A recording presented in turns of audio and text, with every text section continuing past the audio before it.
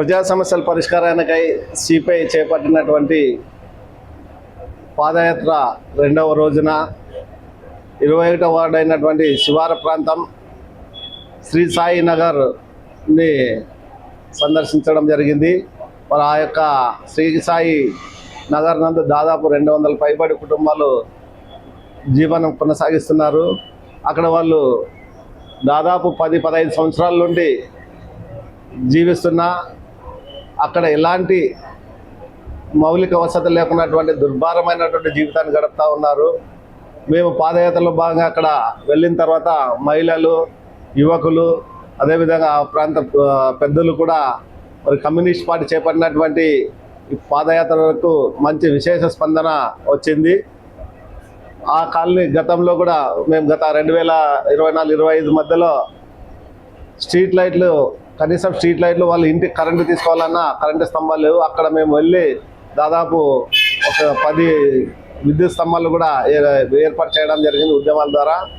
ఇప్పుడు ఎంత దరిద్రమైనటువంటి జీవనం కొనసాగుతున్నారంటే రోజు వాళ్ళు స్నానం చేసినటువంటి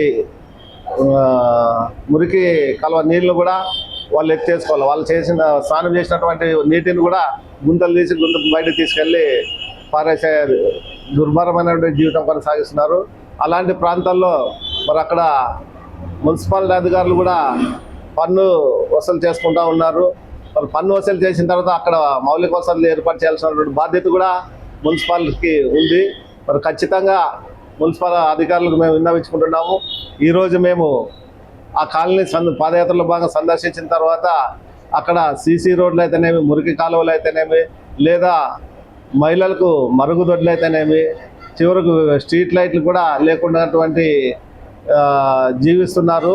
అక్కడ రాత్రిపూట చుట్టుపక్కలంతా కూడా ముళ్ళ కంపులు పెరిగి రాత్రిపూట పాము పురుగులు అన్నీ కూడా విష పురుగులన్నీ కూడా సంచరించి మరి ఎక్కడ ఎవరిని కాటేస్తామని చెప్పి కూడా భయభ్రాంతంతో జీవిస్తూ ఉన్నారు.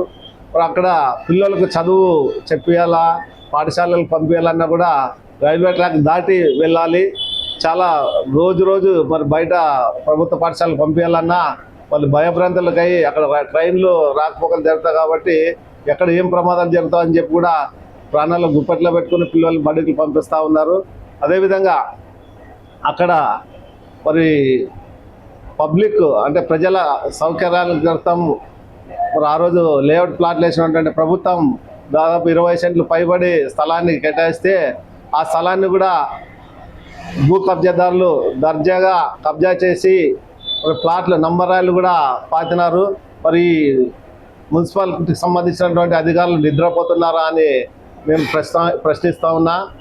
ఆ ప్రాంతంలో మహిళలే కానీ అక్కడ ఉన్నటువంటి నివాసులందరూ కూడా చెప్తున్న విషయం ఏంటంటే మేమంతా అడ్డుపడితే మా మీద దాడులకు పాల్పడ్డారు, మమ్మల్ని భయభ్రాంతాలకు గురి చేశారని చెప్పారు.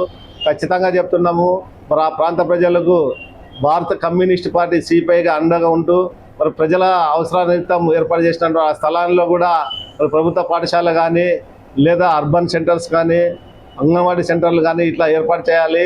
వెంటనే సంబంధిత మున్సిపల్ అధికారులు అక్కడ పాతినటువంటి నంబర్ రాయిలను కూడా మరి తొలగించి ప్రజలకు న్యాయం చేయాలని చెప్పి డిమాండ్ చేస్తూ ఉన్నాము. మరి పాదయాత్రలో భాగంగా మేము రెండో రోజు చేపట్టినటువంటి పాదయాత్రలో మరి అక్కడ ఉన్నటువంటి క్రాంతినగర్ ఎక్స్టేషన్ ఏరియా కూడా సందర్శించడం జరిగింది.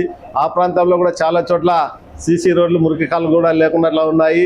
మరి ప్రజలకు మనం పన్ను రూపంలో వస్తున్నటువంటి ఆదాయాన్ని ఎక్కడ పెడుతున్నాం, దేనికి ఖర్చు పెడుతున్నాం అనేది కూడా ప్రశ్నార్థకంగా ఉంది. మరి వెంటనే అధికారులు మరి ఇప్పుడు కౌన్సిల్ లేదు కాబట్టి స్పెషల్ ఆఫీసర్స్ దీన్ని ఇన్ఛార్జ్గా ఉంటారు కాబట్టి మరి ప్రభుత్వం నుండి వచ్చేటువంటి అనేక సంక్షేమ పథకాలు గ్రాంట్ కానీ, డెవలప్మెంట్కి సంబంధించినటువంటి గ్రాంట్ కానీ, లేదా కేంద్రం నుండి వచ్చినటువంటి గ్రాంట్ కానీ ఆ ప్రాంతాల్లో మురికివాడల్లోన మరి అక్కడ మౌలిక వసతులకు బడ్జెట్ కేటాయించి ఒకవేళ రాలేకపోతే మనకు మున్సిపాలిటీకి సంబంధించిన జనరల్ ఫండ్లో కూడా అక్కడంతా కూడా సీసీ రోడ్లు, మురికి కాలువ, మహిళలకు ప్రధానంగా మహిళలకు మరుగుదొడ్లు ఏర్పాటు చేయాలని చెప్పి భారత కమ్యూనిస్ట్ పార్టీ సిపిఐగా డిమాండ్ చేస్తున్నాము. నా పేరు టి వీరేష్, సిపిఐ పట్టణ కార్యదర్శి. ఓకేనా?